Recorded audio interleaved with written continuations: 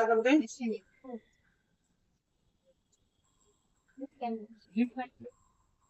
तो सभी में जीरो हो गया। क्यों जीरो हुआ? नमस्ते। ये हो गया कि आपकी जो ये वैल्यू है इस पर निर्भर थी, तो एक जीरो तो मल्टीप्लाई करेंगे तो जीरो ही हो जाएगा। आप सुनिए, आप पहले सेंटर देखिए, अब ये जीरो जीरो समझ में आ रहा है ना, तो ये पहाड़ा गड़बड़ हो गया। अब यहाँ पर देखिए जो मैंने भी किया था, ये भी तो समझ में आ रहा है। ऐसे इस जगह पे देखना है, यहाँ पर हम कैसा फॉर्मूला लगाने चल रहे हैं। हम चाहते हैं कि टू का पहाड़ा इससे मल्टीप्लाई इससे हो, फिर यहाँ पर ये जो रिजल्ट आया वो इससे हो, फिर ये इससे हो, फिर इससे हो। तो कायदे से एक ही होना चाहिए। टू वन जा टू, टू टू जा थ्री। तो ऐसे में अगर हम यहाँ पे चाहते हैं तो हमें फॉर्मूला क्या लगाना पड़ेगा, यहाँ पर देखो कौन सी वैल्यू को कांस्टेंट कर रहे हैं हम लोग, F2 को कर रहे हैं। F E1 E2 बदलता जा रहा है, इसको इसके साथ कर रहे हैं, इसको इसके साथ कर रहे हैं, ऐसे ही तो रिजल्ट आ रहा है ना हमारा।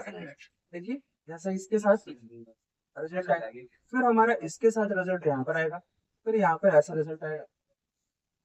तो यहाँ पर जो वैल्यू आ रही है इसमें कुछ नहीं लगा, तो हम चाहते हैं कि यहाँ पर ये वैल्यू का एड्रेस ना बदले और ये बदलता जाए।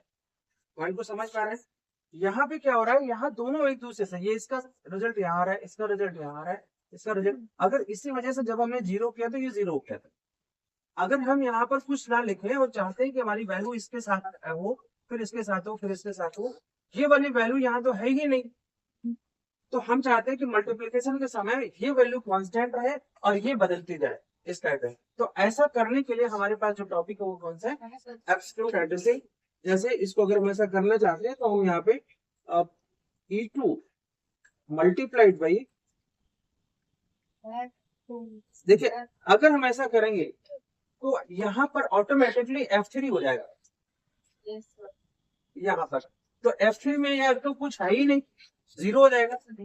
तो इसको हम ऐसा नहीं करके बल्कि क्या करते हैं, यहाँ पर F2 की वैल्यू को हम क्या करेंगे, चेंज करेंगे, और उसके पहले हम ये चाहते हैं कि F2 F3 ना बदले, यही तो चाह रहे हैं ना भाई। जब ये A3 हो जाए, A4 हो जाए, माने E1 E2 E3 E4 हो जाए, लेकिन F2 हमेशा कॉन्स्टेंट रहे। इसका मतलब रो जो 2 है वो 3 नहीं होनी चाहिए। तो जिस भी चीज के पहले हम यहाँ जैसे 2 को चाहते हैं कि 3 ना हो, तो इसके पहले क्या लगाएंगे हम लोग, डॉलर साइन।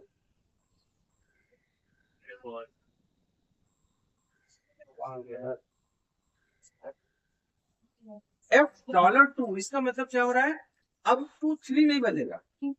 Yes sir. ठीक, इसको मेंटर कर रहे हैं। अब इसको यदि हम कॉपी करके और इसको पेस्ट करें यहाँ पर, तो देखिए जरा यहाँ पे 4 आ रहा है। यस सर ना, अगर हम यहाँ पे करते हैं तो देखिए 6 आ रहा है, हो रहा है। इसका मतलब कि इसकी वैल्यू किसके साथ हो रही है, आप चेक भी कर सकते हैं आप इसको, लेकिन मैं पूरा ही यहाँ पे बना दूं, ये आ रहा है पूरा ना। अब आप चेक करिए कि यहाँ हो क्या रहा है, देखिए यहाँ पर अभी भी F3 नहीं बदला है, हाँ? लेकिन ये E4 हो गया। इसका मतलब कि ऐसी सिचुएशन में जब हम किसी एक पर्टिकुलर सेल की वैल्यू को कांस्टेंट करना चाहते हैं, बाकी को क्या चाहते हैं, तो वो वैल्यू चेंज होती जाए, उसका एड्रेस बदलता जाए, तो ऐसा करने के लिए हम क्या सिंबल लगाते हैं, डॉलर, जो कि एब्सोल्यूट एड्रेसिंग को रिप्रेजेंट माने वो आपको इंडिकेट करता है। अब यहाँ पर देखिए अगर कुछ लिख भी देते हैं तो उसका कोई लेना देना नहीं, क्योंकि इन सब की वैल्यू इससे कैरी होगी। अगर हम यहाँ पर भी अगर इसको भी पहले भी डॉलर कर दे तो F4 कांस्टेंट हो जाता है। तो किसी एक सेल की वैल्यू को हम कांस्टेंट कर सकते हैं with the help of dollar sign. Yes, तो दो टाइप की एड्रेसिंग हम लोगों ने पढ़ी, एक एब्सोल्यूट और एक रिलेटिव। रिलेटिव में क्या होता है, during the copy and paste command जो भी कंसर्निंग सेल होता है उसका जो एड्रेस होता है वो ऑटोमेटिक क्या होता है, बदलता जाता है। ठीक, और अगर हम उसको एब्सोल्यूट बना देंगे तो जब भी कॉपी पेस्ट करेंगे तो जिस सेल के पहले वो हमारा वो वैल्यू जिसके पहले डॉलर लगा होगा वो सेल कांस्टेंट हो जाएगा, बदलेगा। गलत? नो सर, सही आ रहा है समझ में? यानी अगर आपसे कोई पूछता है कि हमको एक्सेल में एब्सोल्यूट एड्रेसिंग समझाइए, तो क्या आप बता सकते हैं? जी सर। ठीक, इस तरीके से हम लोग इसको चेकआउट कर सकते हैं। ये